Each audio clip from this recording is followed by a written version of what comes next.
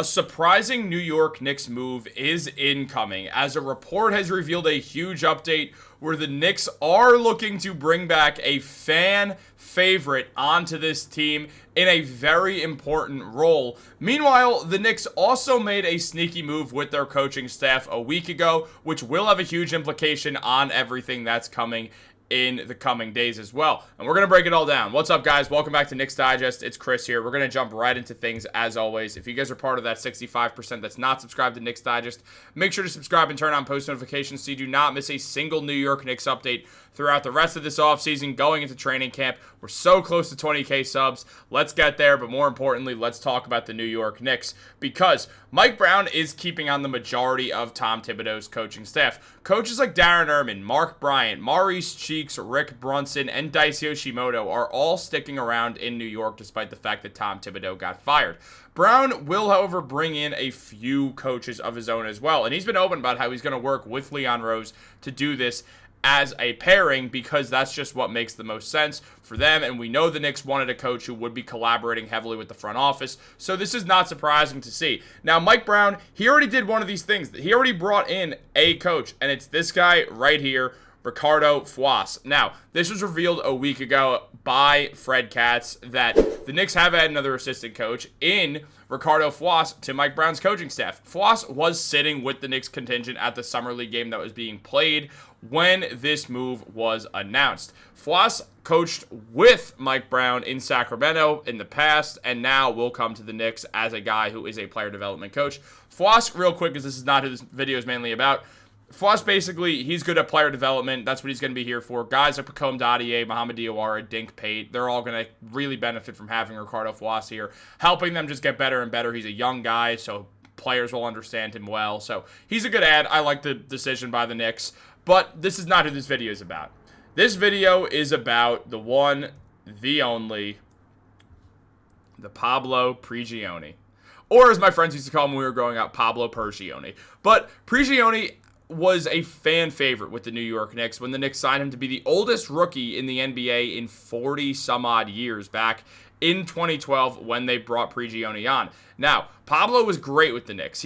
Everybody loved him, and he did actually do a very good job as a point guard off the bench for a Knicks team that did need another point guard when they brought in Prigioni after he showed out as one of the best players in Argentina basketball history. So the Knicks brought him in a while back, and then he only played a couple of years in the NBA considering he was older, but now he could be on his way back to New York. As Ian Bagley revealed, the Knicks have asked for and received permission to speak with Minnesota Timberwolves assistant coach Pablo Prigioni about positions on Mike Brown's coaching staff. Prigioni, a former Knick, is highly regarded in coaching circles, and on top of that, it was also revealed that you can take off Golden State Warriors' Terry Stotts off any speculation on a list of candidates for Mike Brown's coaching staff. Now, Stotts does not plan on going anywhere and will be back with the Warriors in 2026, meaning the Knicks' options are limited, and they got a chance to interview Prigioni, and I really feel like this is just a perfect storm for Prigioni to become the next associate head coach of the Knicks, basically being Mike Brown's top assistant.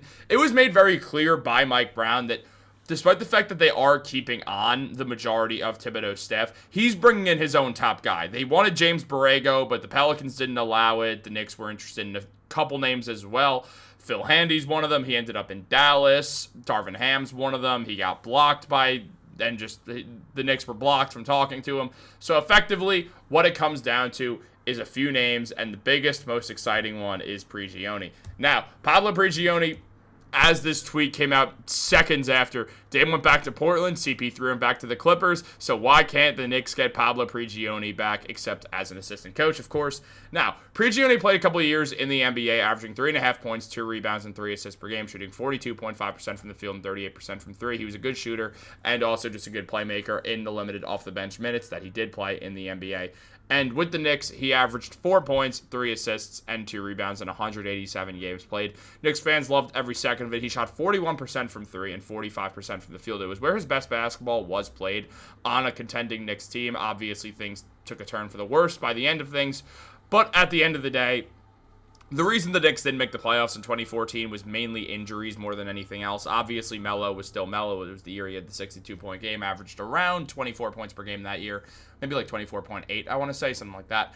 Melo's my favorite player of all time. I know his stats at the back of my hand. But on top of that, Tyson Chandler dealt with a ton of injuries. The Knicks were just battered that year, and it just caused a lot of issues. The Knicks ended up obviously missing the playoffs, ending up as a 9th seed, and not making it back to the playoffs until 2021 after they gutted the roster. Phil Jackson was an absolute buffoon of a president of basketball operations. I know he's one of the greatest coaches of all time, but he could not be a president to save his life. He couldn't do what Pat Riley did, and, well, it destroyed us.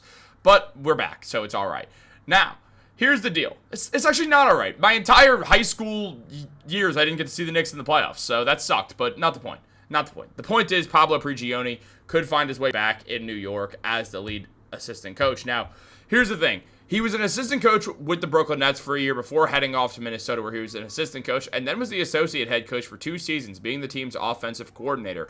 When Chris Finch came in, he was demoted from that role and continued as an assistant coach with the Wolves coaching staff. He knows some of the Knicks, namely Karl-Anthony Towns, very well, and he knows what it's like to be an MSG. And look, the Knicks want coordinators on this team, so Prigioni would come in and be this role that we see in 2021 and the 2022 seasons.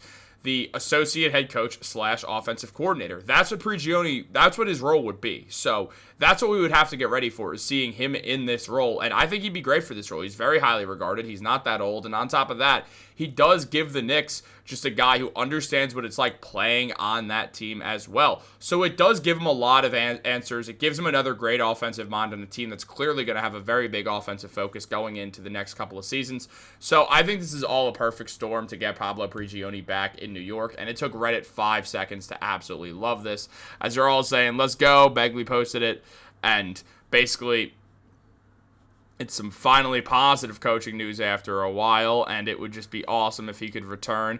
Priggy Smalls, as he was once called. People saying, bring Pablo back home. Bring him home.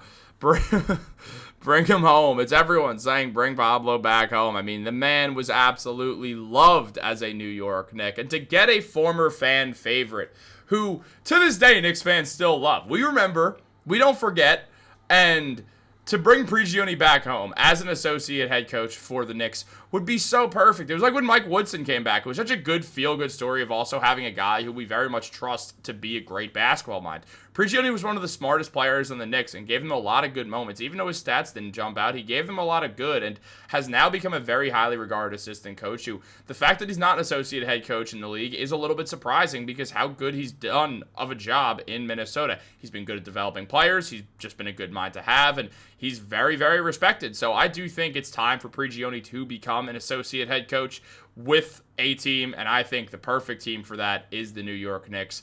Go back where it all started, Pablo. Let's do this thing one more time. What do you guys think? Also, one more time. I don't know why I said it like it'd be 1 year and then he'd retire. He's 48. He's going to be coaching for a while. But what do you guys think about all this? Let me know in the comments down below. Do you want to see Pablo Prigioni be our associate head coach? The one fear I do have is I would rather be a defensive guy, but at the same time, if it's Pablo, I do like that the Knicks are really focusing in on the offense because that's what matters more here. They are an offensive-based team with Jalen Brunson and Karl-Anthony Towns as the team's 2 best players. Like this video, subscribe, turn on post notifications. Have a great day. Go Knicks.